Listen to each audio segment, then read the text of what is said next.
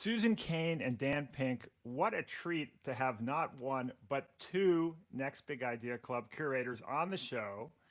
I really relished my recent conversations with each of you.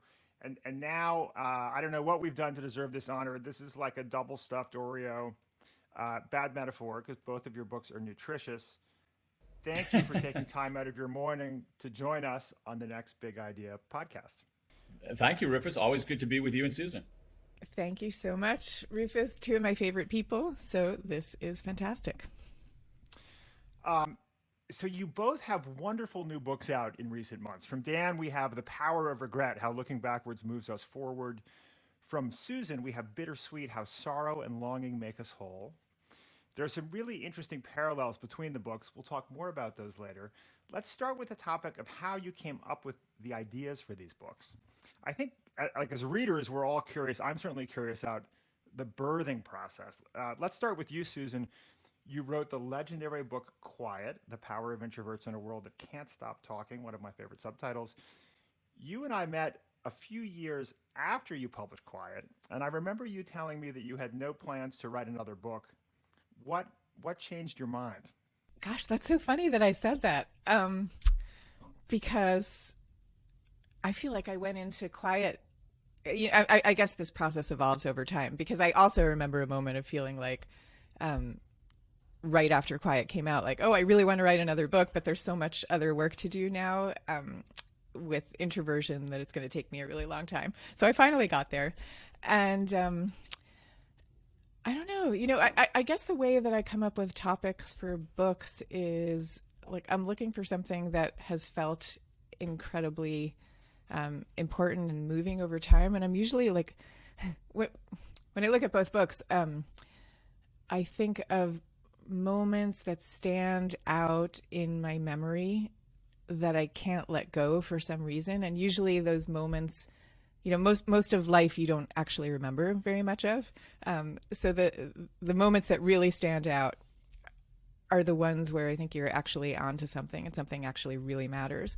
So with this book, with Bittersweet, there's the moment that I wrote about where all the way back in law school, when I was in my 20s, I was in my dorm room and some friends were coming to pick me up in my room so we could all go to class together.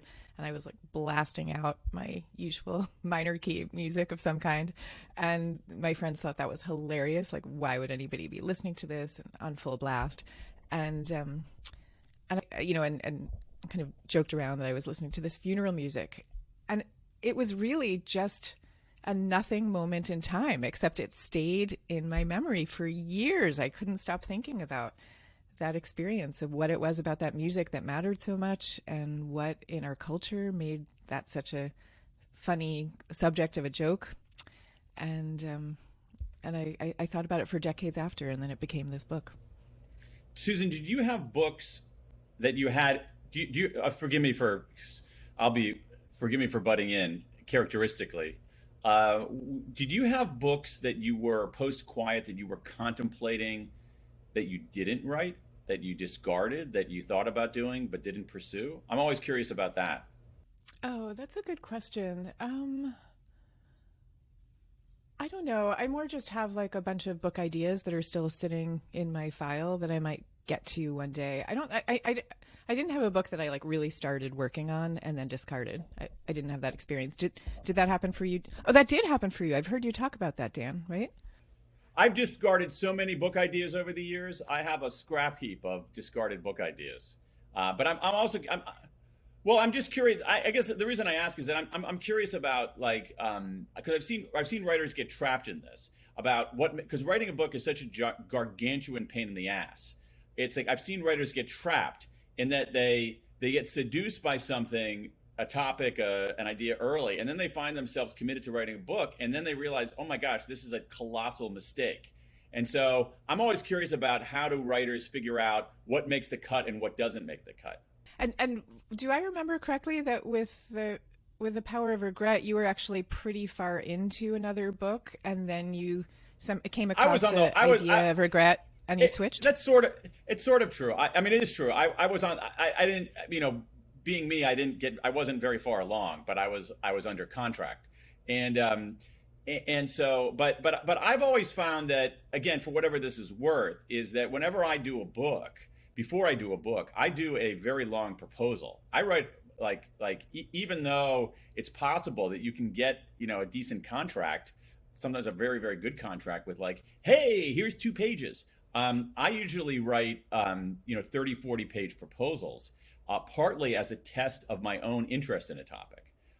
Because for me, a big fear that I have is being on the hook for writing a book I don't want to write and that I'm not into, because that's just misery. And so what happened in this case, to answer Susan's questions, is that I had what I thought was a pretty good idea for a book, and I was kind of sort of working on it, and then I had a moment where I realized that I started thinking about this topic of regret. And the catalyst, I think as Rufus, both of you guys know, the catalyst was that our elder daughter graduated from college. And, I started that marker in life sort of was a kind of a wake up. And I looked back and realized that I had regrets. And when I started talking to people about my own regrets, I found that people reacted very robustly. That was curious, and that got me curious. So I put aside this other project, but I wrote an entirely new proposal. I wrote maybe a 25-page proposal for this new book. Recognizing that it would be a slightly less form of torture if I pursued this book rather than the other book, but also for the reason that Susan is saying, this was a kind of thing that I had a hard time getting out of my head. And I think that in some ways that's the metric, that is the standard, is there something that you just, oh my God, I can't avoid this thing. I keep, not in a negative way, not ruminating over it, but it's like, oh my God, I keep seeing it everywhere. I keep thinking about this. That's usually a personal signal. And do you find yourself... I'm so interested. I'm sorry. Can I just ask one question about the yeah, proposal thing? Yeah. I'm really curious about this because I actually have the exact opposite feeling about book proposals, which is I feel like you're supposed to write the book proposal before you've done all the actual work of thinking what the book is going to be about. So I end up feeling like it's a big waste of time because you're meant to write, 10, 20 pages ideally for a good proposal. But at that stage of the process, I haven't done all of the research and the thinking and the interviews and all of that.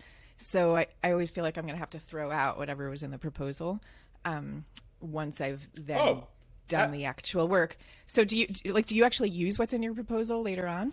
Or is it more like I would say that if you were to it's an interesting question. I'm going to guess on this, but this is a question that actually has an answer. If I were to go back and look at the proposal for this book about regret, and then look at what was in the final text of it, if you actually look at the language, I would say maybe the 2 paragraphs.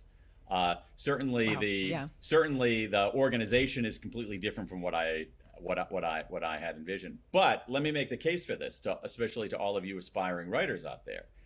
Is that writing a book proposal is often an act for yourself, because if you can't summon the energy and curiosity to write about a topic for 20 pages, you're not going to be able to sustain it. It means that you're not going to be able to do it over the course of the multi-year project that is writing a book.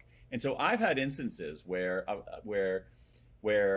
give you one example of it. So years ago, I sent my one December, I sent my wife and our kids away. My in-laws live in New Mexico, and I banished my wife and our kids to New Mexico. I said, you guys got to go to New Mexico for 2 weeks and stay with my in-laws, because I have not gotten uncorked on writing this book proposal, and I'm going to write this book proposal. And when my family is gone, I live like an animal. I mean, I basically don't shave, and I work from the time I work. I wake up, I start working, and I stop working and then go to sleep. And in between, I exercise and then eat out of containers. That's basically my life when my family is not here. And so I said, okay, great. Give me 2 weeks. I'm going to write this book proposal. So I sent him away, and I called Jessica, my wife, about 10 days later, and I said, I got some good news and some bad news. Good news, you guys can come home now. Bad news, this isn't a book. But it took me writing that book proposal to realize that there wasn't a there. And it's possible that if I had tried to do like a 2-page more glib thing, I would have been on the hook to write something that ultimately there wasn't a there. So for me, the book proposal is as much about a test of my own interest and my own initial exploration. But partly it's also just my fear of being on the hook for something that I don't want to work on. That's probably so. Again, all of you listeners and viewers out there who are contemplating writing books, your mileage may vary. You can try the Cain way or the Pink way, but just find your way. But it's funny writing proposals for business plans is not dissimilar, right? It's a similar exercise. But I'm curious about to what extent you talk to friends and Uber drivers and cashiers about. I mean, to what extent do you test these ideas when they emerge? And one thing I noticed in your case, Susan, is that you spent what seemed like maybe more than a few years sharing all these beautiful poems and paintings and so on social media that I thought of as almost like a kind of pinging, emotional, sonar, checking to see what kind of response you got from the world. And I think it looked like you got a very strong response to that, supporting this idea that our attraction to the painful but also beautiful and sublime is powerful for not just you, but for many people. Well, it's funny that you say that because another friend, when he saw all the different art and stuff that I was putting on social media, he was like, "Wow, what a genius marketing campaign you're doing in the run up to the book." And I was so struck by that because I had not thought of it in those terms at all, and I didn't think of it either the way you just said, Rufus, of like putting out sonar to get people's feedback. It was more like I was so immersed in the whole vibe of the book and everything that I was talking about that just naturally my social media ended up moving in that direction. And I would begin my writing every day by looking for the art and the poetry and putting it up there. And it was like that put me in exactly the right headspace I wanted to be in for writing. So that's all that it really was. And in terms of how much do we talk to people? So for me, before I'm thinking about what book I want to do, I actually don't really talk to anybody about it because I don't know if people always give the right feedback. Like if you're moved by something that you feel very deeply, then you kind of know it. And and I know with the introversion book, there were a lot of people who said to me at the time, well, that's kind of like an oddball topic. And, before that, I had been spending all these years teaching negotiation skills to women. And people were like, that's the book you should do. You should write a book about negotiation. That's a saleable topic. And I was like, I don't want to do that at all. So for me, it's more like once I'm in the book, then I want to interview 1,000 people about it and talk to people that way, but not so much as feedback about whether to do that book in the first place. And for both of you, I think these were relatively personal books, right? I mean, certainly, Dan, looking back at the history of your books, I don't remember reading as much kind of personal, learning as much about your own life as I did in The Power of Regret. And Susan, in your case, you really go pretty deep in sharing some of your own personal history. What was that like? And is this something that you hear about from readers? What has your experience been like going personal with these recent books? What I've found is that in writing about this topic, not everybody, but a lot of people who talk to me about this want to know about my regrets. So if I go, it's almost like clockwork. I did an event, what was it, Thursday, and it's like, okay, we had time for questions, and of course the first question is, what's your biggest regret? And I think that's generally a healthy thing. I mean, this is the first time I've written about an emotion, and that was by design. And also this book really is powered by analysis and research, but it's also powered by the individual stories of people whose regrets that I collected. So if I'm going to have other people divulge their biggest regrets, and I'm totally happy talking about my biggest regrets, and it helps me. It's in some ways it's semi-therapeutic. It helps me make sense of things. One of the things that I discovered in this book is the regrets that I was harboring, once I collected all these regrets from around the world, every regret that I had was pretty common. It's like, wow, Dan, you're really not special at all. And there's this kind of a reassuring thing about that. But in other books that I've written, I'm trying to think about, there have been things that I've done some first person stuff, but really more in the kind of participant observer form of writing rather than in the personal revelation. And so personal revelation was a little bit harder for me, but it seemed appropriate in this case. Yeah. So I saw something on social media not long ago, the idea that a writer is someone who's torn between the desire to communicate and the desire to hide. And I really feel that so incredibly strongly. And I especially feel it with the personal stuff that I wrote about in this book. Like, I've been trying to write some of that my whole life, and at the same time feel incredibly exposed by it. And the most personal part that I wrote about is this story of my relationship with my mother. And when I first started writing it, that was going to be the opening chapter of the book. I mean, I thought of it as kind of like the emotional fulcrum of everything I was talking about. I ended up like burying it in chapter 4 for various reasons. Part of it emotional, but part of it just structural to the book. But yeah, like just the other day, I got a long letter from a friend who I've known for quite a long time, and she had the exact same experience with her mother that I wrote about, and we had never known this about each other. And I get these kinds of letters all the time from people, like all the time. Yeah, and she said too, she was like, after I read that, I went and looked online for an excerpt of that chapter where you wrote about this, and I realized there's no such excerpt anywhere online. She said, I'm sure for the exact same reason that you buried that story in chapter 4, which is probably true. So yeah, I would say there's a lot of ambivalence, but no regret for going in that direction.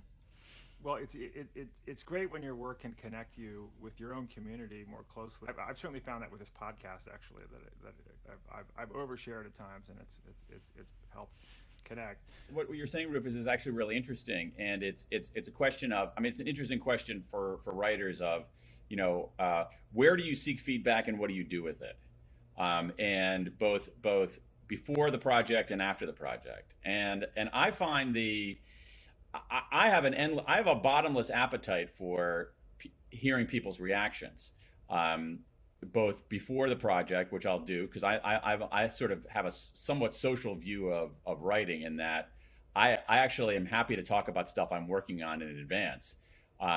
That's in part because sometimes people give you useful reactions. It's also in part because talking about it is another way of figuring it out. Talking about it like this is different from figuring it out on the keyboard, and so that's a helpful exercise. And I love getting feedback from readers afterwards because I end up thinking about things that I never thought about before. And I'm always surprised by what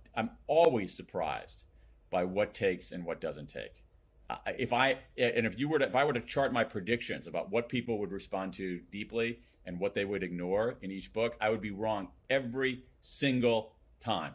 There's stuff I thought was awesome that would just blow the doors off. No one gave a crap. There's other stuff that was almost like a throwaway and like, oh my God, that's the greatest thing. And one of the things that I do, it's kind of interesting, again, for prospective writers out there, is that I always look at the Kindle versions of my books at the most underlined passages. That's another way more systematically to see what is actually working. What are people actually, not sure if it's working, but what are people responding to? And when I look at that, I'm always surprised. So language and ideas that I spend months crafting, no one cares. A sentence that I wrote hungover one Tuesday morning in July, everybody underlines. And so and I find that always incredibly revealing. That's one of my favorite parts about the process, actually, is getting those kinds of feedbacks and being surprised about what works and what people are responding to and what they're not responding to. I'm going to share something else about talking to people and ask you a question about that, Dan, which is once I'm actually writing a book, I think I overdo it really in how many people I talk to and how much research I do. Like I do such a crazy amount of conversations and interviews and everything. And then and it's fantastic. And at the same time, it makes it really hard to figure out what goes in the book and what gets left on the cutting room floor, and then also how to structure it. So I'm curious, how do you decide how many interviews to do, how much research to do, and do you feel that you end up with like much more of a surplus than you needed? Well, I think you have to have a surplus. Definitely, you have to have a surplus. I think that it's a little bit of a. I don't think there's a single kind of heuristic to figure that out. For me, what happens is that if I'm doing research, and let's say I'm looking at academic research, and I feel like okay, at this I sort of have this moment when it's like, okay, I'm hearing the same thing over and over again. Like I think I've got this, all right. And the same thing is true. The same thing is true in interviews. It's like, okay, now that's the fifth time I've heard that. Okay, that's enough there. And so that's generally how I go about. That's generally how I go about doing those things. But you have to be willing to do way more than you need, and you have to be willing to do what you do in the service of readers, not in the service of yourself. Case in point. So I did it not last July, 2 Julys ago. I spent the entire month reading, I don't know, maybe 70 papers on how regret develops in the brain, especially among kids. All right. So there's a lot of research on this, and it's in neuroscience, it's in developmental psychology. There's just a shitload of stuff on this, and it's fairly interesting. But literally probably 70 papers over the course of a month. And then when I got to writing, I realized that I could basically describe it in, I think it ended up being like 1.5 paragraphs. Now that's annoying. Yeah, I've had that. That's annoying. Okay, because I just squandered a month of my time. Now, so I face a choice. All right, do I try to somehow retrieve those sunk costs and say, you know what, reader, I spent a freaking month on this, and it was challenging, and it was hard, and time consuming, and not that enjoyable all the time. Therefore, you are going to sit here and read 7 pages about this. All right, or I can say, you know what, reader, I want to serve you. So the truth of the matter is that what you need to know in this context from this month of reading is really just 1 paragraph. And as much as it pain, so you're basically choosing which pain. Do I want to inflict pain on the reader over 7 pages, or do I want to inflict pain on myself for saying, oh my God, I just wasted an entire month? And I flipped a coin and said, I'll punish myself, not the reader. Very generous of you, Dan. Thank you for that.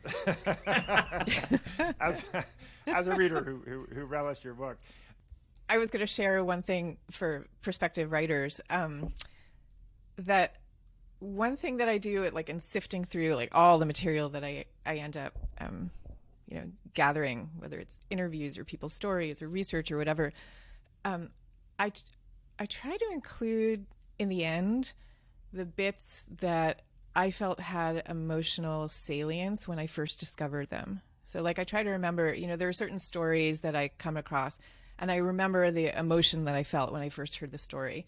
And, you might not feel that emotion after you've read it in your notes 17 times later. But if I can remember that the first time I heard it, it blew me away. Or a new piece of research that when I first heard it was like, wow, I didn't know that was true.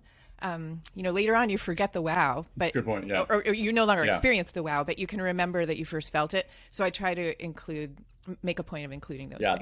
That's a great lesson. I mean, sort of remember the wow. That's a really, really good. I hadn't thought about it that way. It's super useful because it's easy to get. You find this remarkable thing and you've lived with it for a few months and it's like whatever. Everybody knows that. Remember the wow. That should be like a meme or like a Instagram post or something like that. Remember the wow. Or not. So I like remember the wow. Let's talk about some of the commonalities between your books, because on the one hand, they're both very different and share quite a bit in common, I think. you both, as it happens, have ventured valiantly, I would say fearlessly, into subjects focused on negative emotions in an American culture that is relentlessly positive, a culture that you refer to it, Susan, as normative sunshine, a culture of normative sunshine, which I can't forget. I love that. I'm curious to know, was this difficult to do? Was that a difficult decision to make, to write books focused on negative emotions? I will note, by the way, that your subtitles in both cases, right? Power of Regret, How Looking Backward Moves Us Forward, and in Susan's case, Bittersweet, How Sorrow and Longing Make Us Whole. In both cases, your subtitles contain a little something for those looking for normative sunshine. Um, so when you took on this subject matter, did it feel like a risk to go into negative emotions?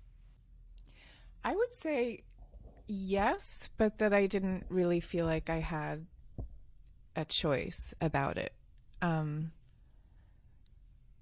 I feel like for whatever reason, like I seem to be drawn to write about subjects that feel kind of vaguely embarrassing in the culture. Like, because I don't know, as a writer and as a reader, I always appreciate, as a reader, let's say, I always appreciate most the moments when a writer talks about something that I've always felt or noticed, but no one talks about out loud.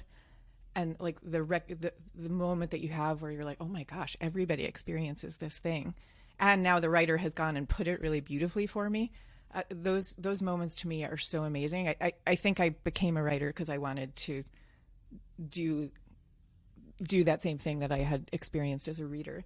So yeah, I think it was difficult in that sense, but it was really what I wanted to write about. And in fact, I will tell you, I started writing Bittersweet, as is my way, like 7 or 8 years ago. And that was obviously way pre-pandemic, but, like a lot of the coverage about the book is like, oh, well, this is a book for these pandemic times. And I'm like, no, this is a book for any time, because this is what humanity is like. Like, humans experience joy and sorrow. That's just how life is. But it's like, I don't really know. It wasn't acceptable to talk about these things. The pandemic, I think, made it somewhat more acceptable, which to me is weird, but true. What about you, Dan? Well, no, it's definitely, it's definitely it was definitely a commercial risk, but I was like, okay, whatever. It's like, I'm not. I think we're often bad at predicting what's a commercial risk and what's going to be a commercial success. I think it's so variable and so random that you just write something that you're proud of and put it out there robustly and see what happens. But definitely, I mean, what I've seen since then is that, you're much better off writing something that confirms people's existing biases. There's no question about that. And there was, and even things that challenge people's existing views. So let's take Susan challenging the extrovert ideal, or me challenging 100 years ago the book about why left brain SAT spreadsheet thinking is what it means to be smart. Those challenge the conventional view, but there's a constituency that wants to hear what you're saying. So there's a constituency of introverts who wanted it, myself included, who wanted to hear Susan's celebration of this seeming flaw, but is actually a strength. There's a constituency of, when I say why right-brainers will rule the future, there's a constituency out there that really wants to believe that, even if the left-brainers don't want to believe that. Whereas I think for these books, there isn't a natural constituency out there that wants to believe these things. And so what you're really doing is you're really offering something that is challenging. Now, how do you go about doing that? My view, for better or worse, is that the way you go about doing that is you do that directly. And so there's a reason why I have the word regret in giant capital letters in the center of the cover. It's like, I'm like, okay, let's take this on and see if we can change minds.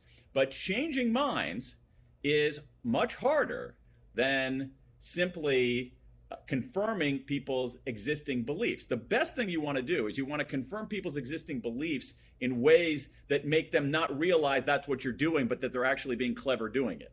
So that's basically like sort of the commercial heuristic about how to do these things. But I think what you do is like, let's have an argument.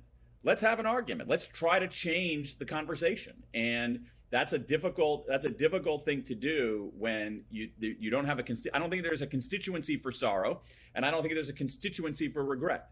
I think what we're trying to do is actually say, hey, wait a second, folks, let's think about these things differently. And if you can change a few minds, that is powerful. That is really powerful. And I think that's what I mean, I don't want to, that's what I'm trying to do. And I think that's when I read Susan's book, that's, I think, what it felt like in part you were trying to do. Well, it's funny. I'm not sure. I have a different experience about the natural constituency part, because I would say I think there is a natural constituency of people who experience all these emotions, know them to be powerful and even revelatory, and have felt at odds with a culture that tells them that they're not supposed to talk about it. So I feel like the argument is kind of with the culture itself, but not with the individual humans. Yeah, I think that's a good point. You know That's a good way to put it. Like, there are lots of individual humans who experience all this stuff. I've actually been so struck by how much, like, I thought of Bittersweet as being a really different book from Quiet, but I've been struck by how much the reader mail is the same, of like, oh, this is expressing something I've always felt but didn't want to talk about or didn't have words to talk about or something. And I would guess you're getting something like that with the power of regret, that, you know, lots of people who have been carrying this all their lives and wanting a way to understand it. It's interesting you say that, because I think in this the reader mail that I get from this is the longest. The emails are the longest by far, the length of the emails, because what people want to do is they want to testify to their own experience and spill out all of these tales. So I mean, I see what you're saying. I think it's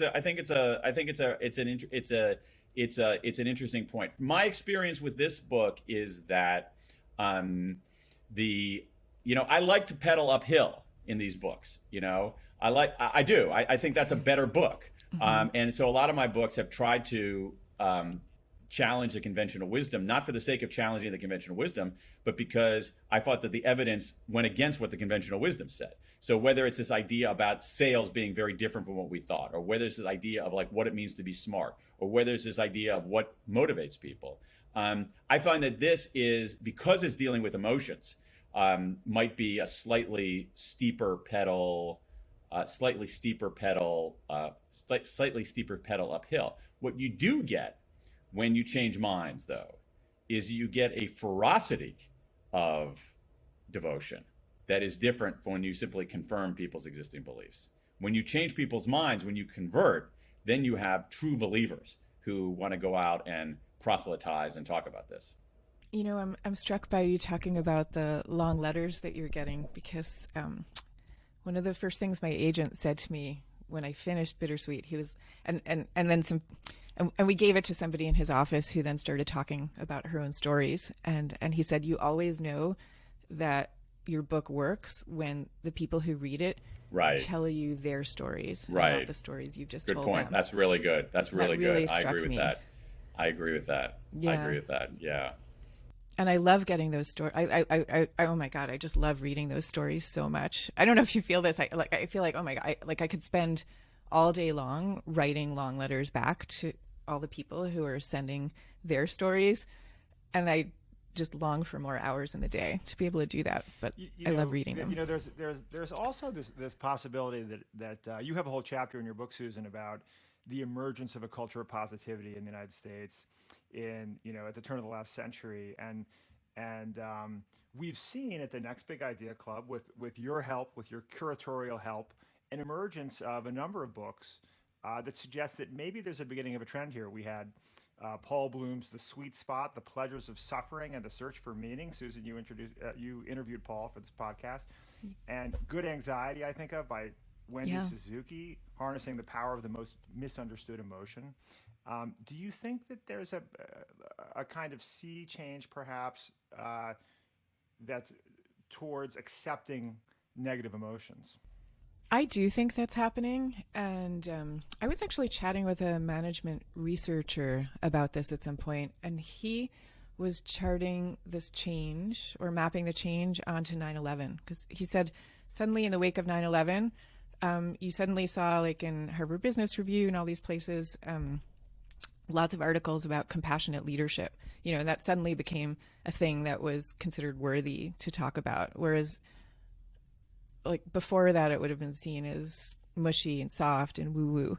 And if you think about, like, the word compassion literally means to suffer with someone. It's not just like be nice. It's like actually go into negative emotions in order to join together.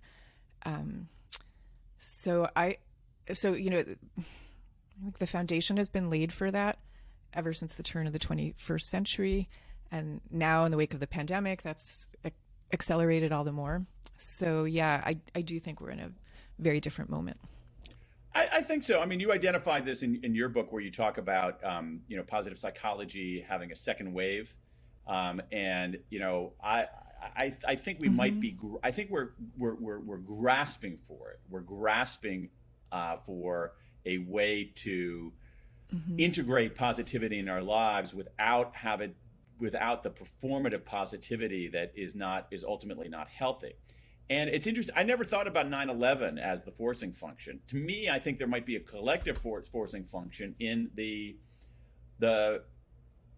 rather staggering mental health challenges that we're seeing, especially in adolescents and young people in this country. I mean, those numbers are staggering.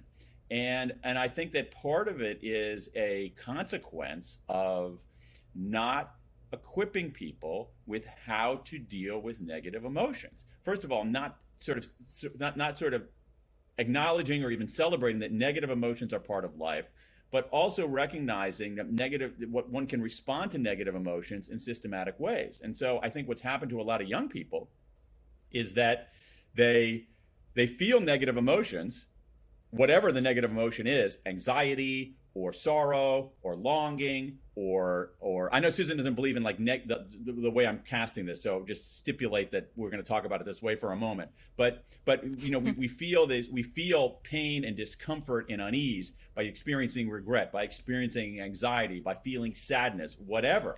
And I think too many young people have that very normal experience, and then they look around and say, wait a second, everybody else is positive, everybody else is perfect, there must be something wrong with me, and that ends up being debilitating. And so for this one, so for this book, in contrast to some of my other ones, I actually do have a little bit of a mission, which is to try to kind of recast and recapture how we deal with negative emotions, because it's profoundly unhealthy if we're telling people you should be positive all the time. We shouldn't. What we should be doing is saying, hey, life is a mix of positive and negative, and knowing how to deal with negative emotions is an important part of flourishing. And I think that Susan's book and Wendy's book and Paul's book and some of these other things maybe collectively will do what I was trying to do individually, which is actually, let's change this conversation a little bit. Let's change some minds.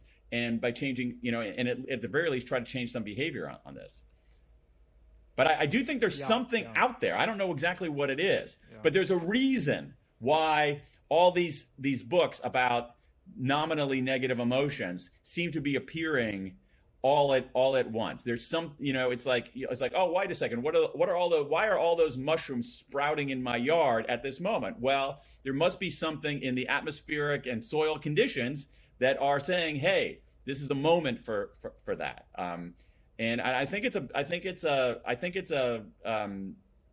profoundly important that I have to say, I'll shut up here in a moment. Every college administrator I talk to, so I have two kids who just got out of college, one kid who's in college. Every college administrator I talk to, literally every single one says, we don't have enough counselors. We don't have enough mental health services here. We are overburdened in our mental health. And it doesn't matter whether it's a private university, a big public state university, a small liberal arts college. Every single one is saying that. And that is a wake-up call for us. about, as parents and as citizens, about how do we talk about negative emotions and how do we equip people, especially young people, to deal with negative emotions, surmount them, and learn from them. And I love that between your two books, what I took from Susan's book is that you can take pain and turn it into beauty and turn it into connection.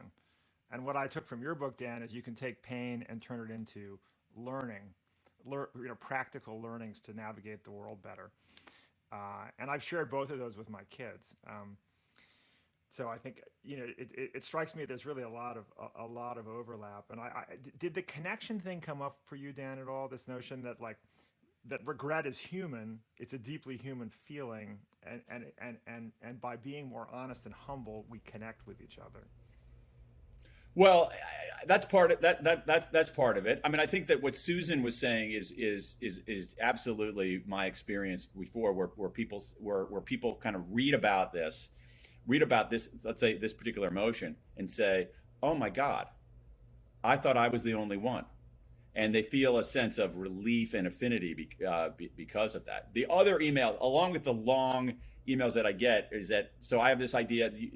For the listeners out there who haven't read the book, so I have this idea of what I call connection regrets. One of the big regrets, which are people who have relationships, friendships, whatever, that come apart. Somebody wants to reach out. They feel, oh, it's going to be really awkward to reach out, and they're not going to care. So it drifts apart even more, and ends up being a big, big, big regret that people have.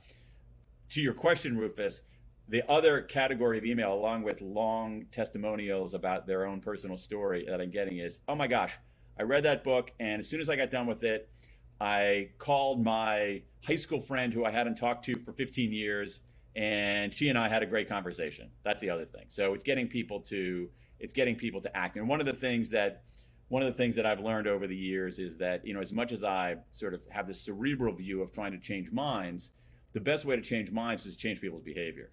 If you get people to do something, you get them to think differently and feel differently. And so I think that might end up being the most positive thing in at least in my stuff. If someone's saying, oh my God, I have a connection regret, let me call that person, let me text that person, let me email that person. Yeah, it seems like a lot of the what I've read about this teenage pain and sense of hopelessness is much to my surprise related to global warming and a sense of kind of serious catastrophes that we're headed towards as a planet. And that leads me to wondering, to what extent, if we talk through collectively all these larger macro problems we have, can we have a kind of post-traumatic growth, not just individually but collectively? And we actually had Jane McGonigal on the show a couple weeks ago, and she brought up this notion of post-traumatic growth for society as a whole, coming out of COVID, coming out Brilliant. of grappling worldwide with global warming and other big challenges. Is that for each of you respectively?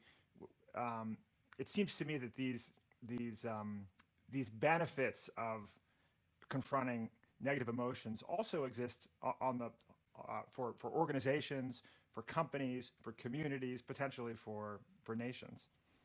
Yeah, I mean, I think what happens is, an organization is just at the end, or a nation or whatever, at the end of the day, is just a collection of individuals. So individual behaviors change, individual hearts change, and then the relationships among all those individuals change, and pretty soon the organizational culture changes. So as these conversations become more commonplace and more mainstream, and moving from social unacceptability to, of course, we're going to be talking about this, and of course, we're going to be oriented that way, social and organizational norms change. That one just follows from the other. So I think we're in the moving process of getting from one place to the other, as far as that goes. But we still have quite a long way to go. I think that's right, that we do have a lot, that we do have a long way to go. I think that what Jane is saying is actually really, really important. That in some ways we've undersold post-traumatic growth. That was a topic that's actually relatively new to me. I only heard about it maybe 5 or 6 years ago, and I was like, what? It's not only post-traumatic disorder, that people can grow from that. I had this one moment where I got a press call in the middle of the pandemic from a major magazine, a reporter for a major magazine who wanted to talk about, what was going to happen coming out of the pandemic and how hard it was going to be for people. And I don't want to say what magazine it was because that wouldn't be fair to the New Yorker. And the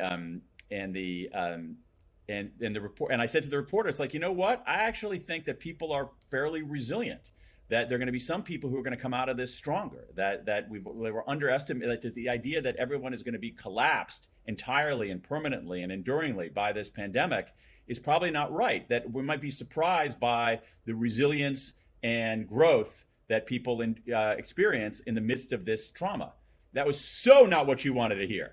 And so, and the whole story ended up being about how terrible everything is going to be. So I think that post-traumatic growth, individually and collectively, is something that we need to take much more seriously. I think it's a very, very promising line of research and a very powerful and transformative idea for all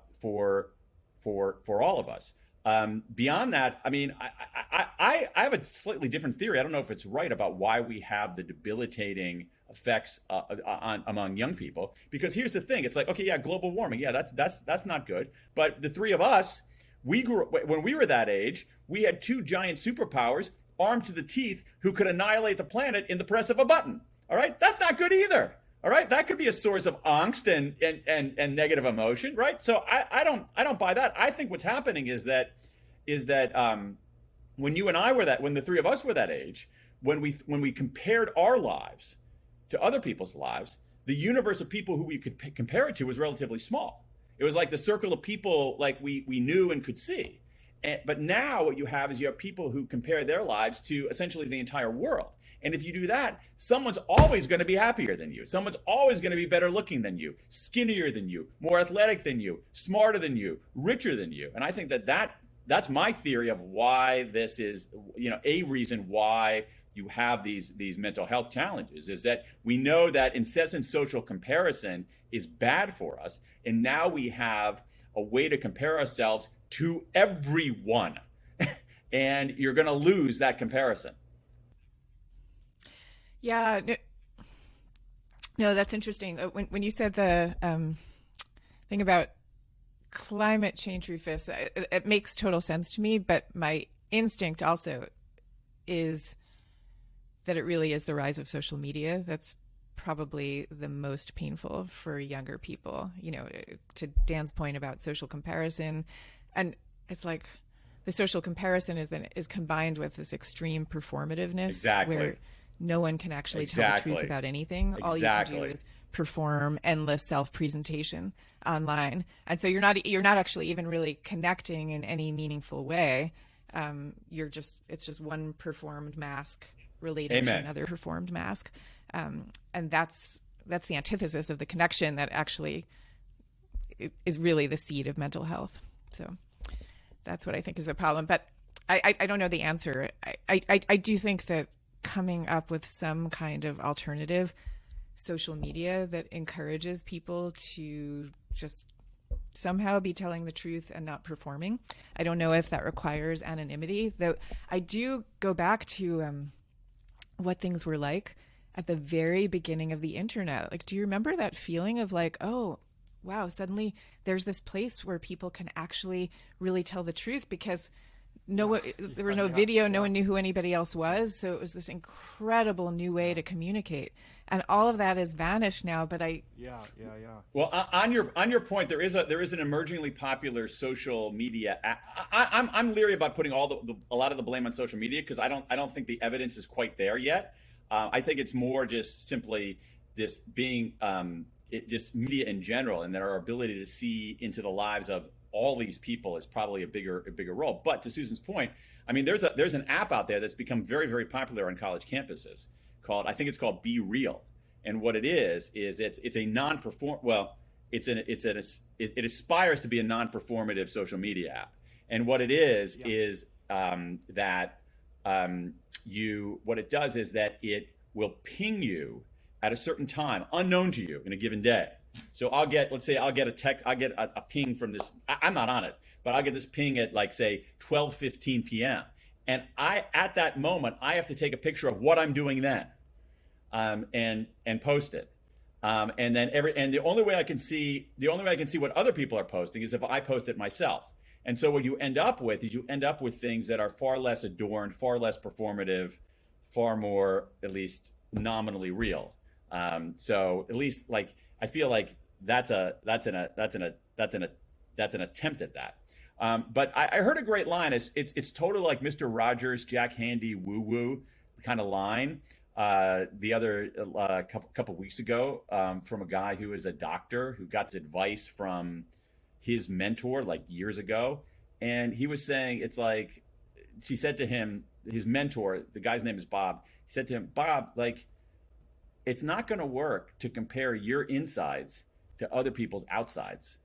And I'm thinking, wow, that's Mr. Rogers, but it's probably right, because I think that's what we do. Yeah. We compare our insides. I feel shitty. I feel ashamed of myself. I feel inadequate.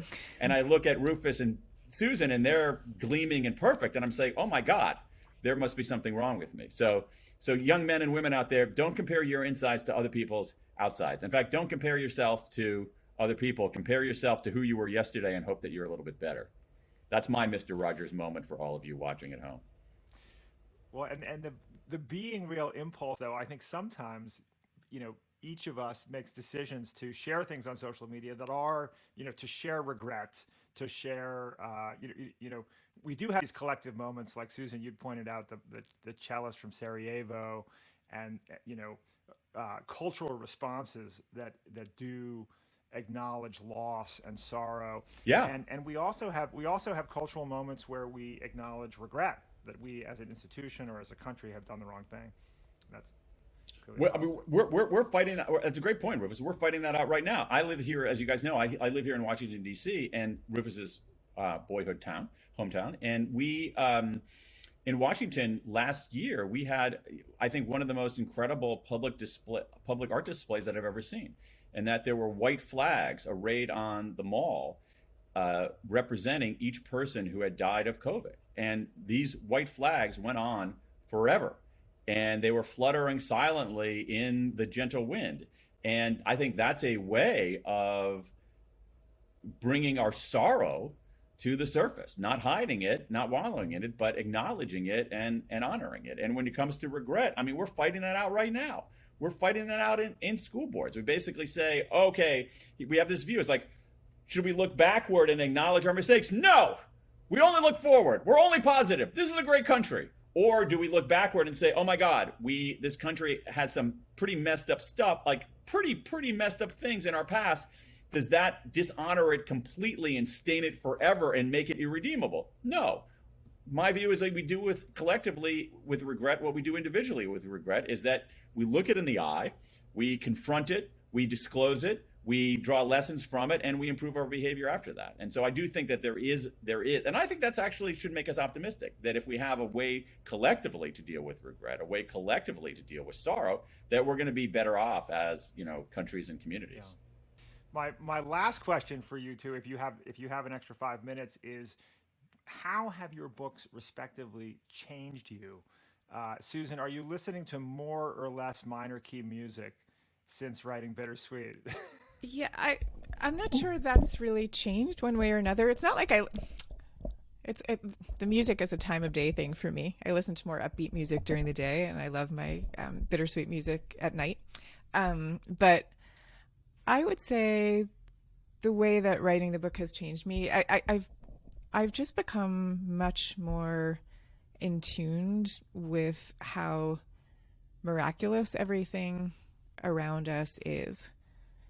And that's what I actually think, like, being able and willing to go into, the excesses of joy and also our sorrows and longings, like to be able to enter all those different emotional states, that what it really does is just like open you up to the world.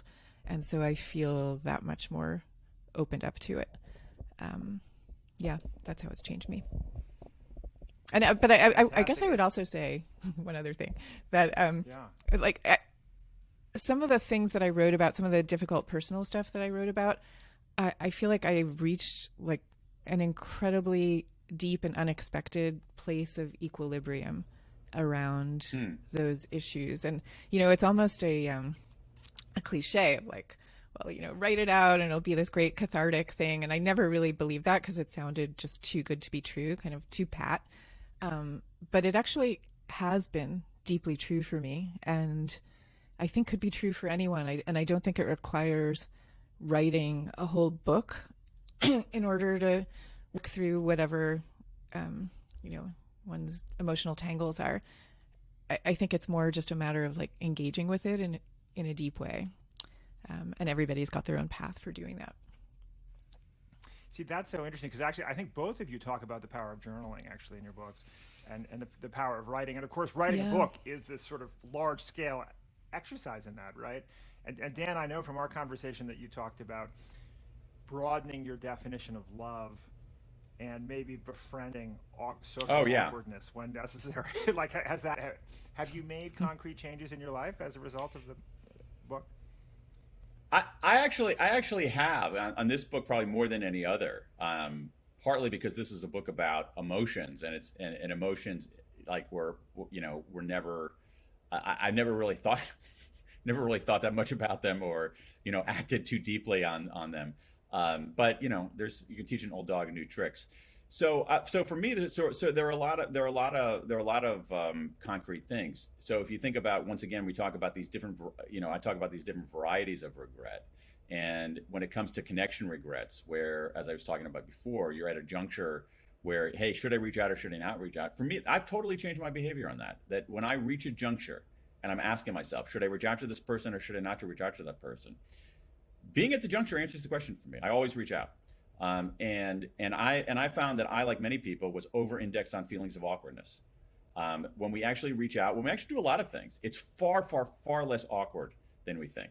And when we reach out to other people, and when we expand our notions of love to not only romantic love, but to just more like companionate love, like the love I have for I have this group of, I think I talked to you about this, Rufus. I have this group of friends whom I've had for like almost 40 years. I mean, it's kind of amazing, like most of my life in a way.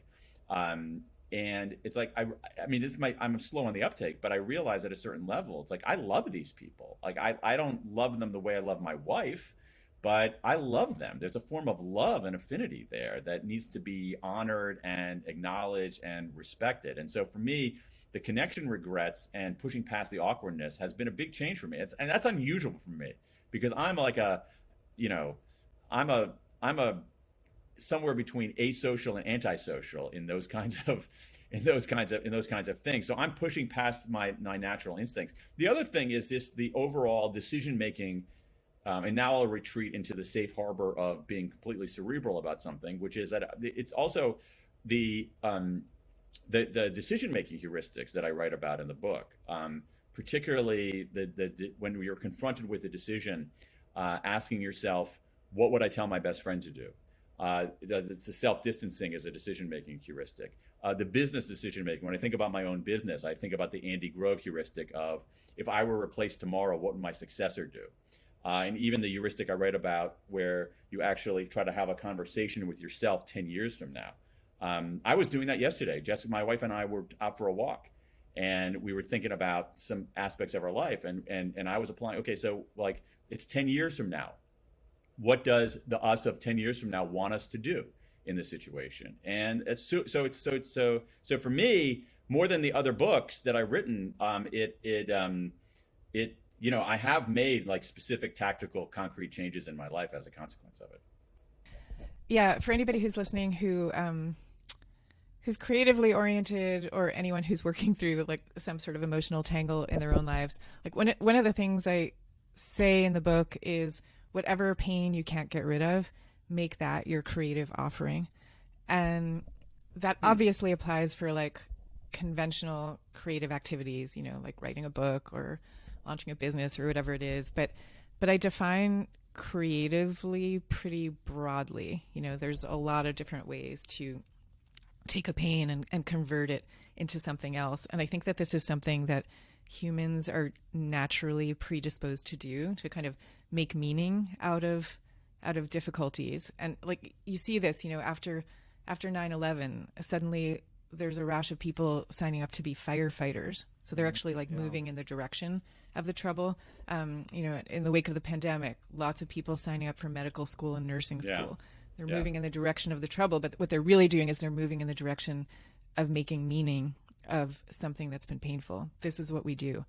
And so I had told you before that, for me, writing this book was that kind of an act, but there's 1,001 ways to do it. And yeah, the biggest thing I found from like investigating these bittersweet wisdom traditions and artistic and literary traditions that have existed across centuries and across the globe is this persistent idea of transforming pain into beauty. Like that's one of the best things humans are capable of. So these are my Susan Cain bumper stickers for this conversation. If I can summarize, number 1, remember the wow. Number 2, move toward meaning. Move toward meaning. 6 words of insight, as always, from Susan. Remember the wow and move toward meaning. I think that is what, and I think Rufus, to tie this together, I think that in some ways that's what post-traumatic growth is. It's a move toward meaning, as Susan is saying.